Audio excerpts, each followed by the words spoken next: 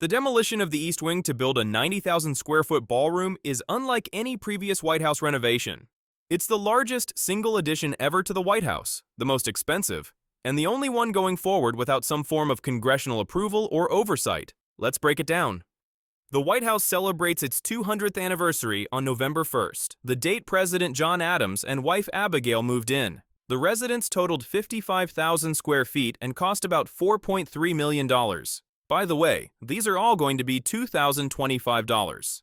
After the British set fire to the White House during the War of 1812, it was rebuilt for about $10 million. By 1829, the iconic south and north porticos were added at a cost of about $850,000. In 1837, the East Room was finished and got new furnishings for around $340,000. A very kitschy Gilded Age makeover in the 1880s came in at about $3.5 million.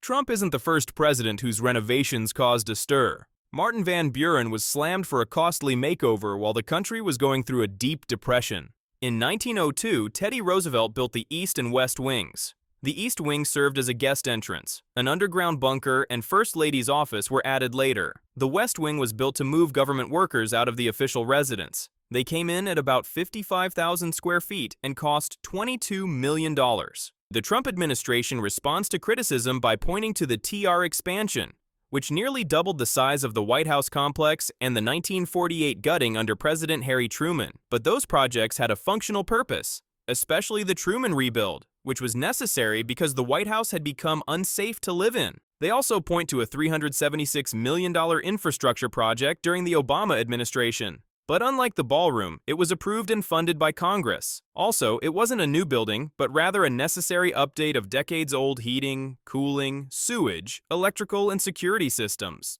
Trump and his aides say that unlike earlier White House renovations, private donors, not taxpayers, are paying for it. But ethics experts are warning many of the donors, like Amazon, Apple, and Lockheed Martin, may be hoping to buy their way into Trump's good graces. That gets to the heart of the matter. Is the ballroom really necessary? It's true, as Trump contends, that past presidents have wanted a larger space for state dinners, and he estimates it'll hold 999 people. But it's worth noting the recent state dinner for Trump, hosted by King Charles, had just 160 guests, and Trump took the turnout as a compliment. It's enough to question why the ballroom is needed at all, despite what President Trump says.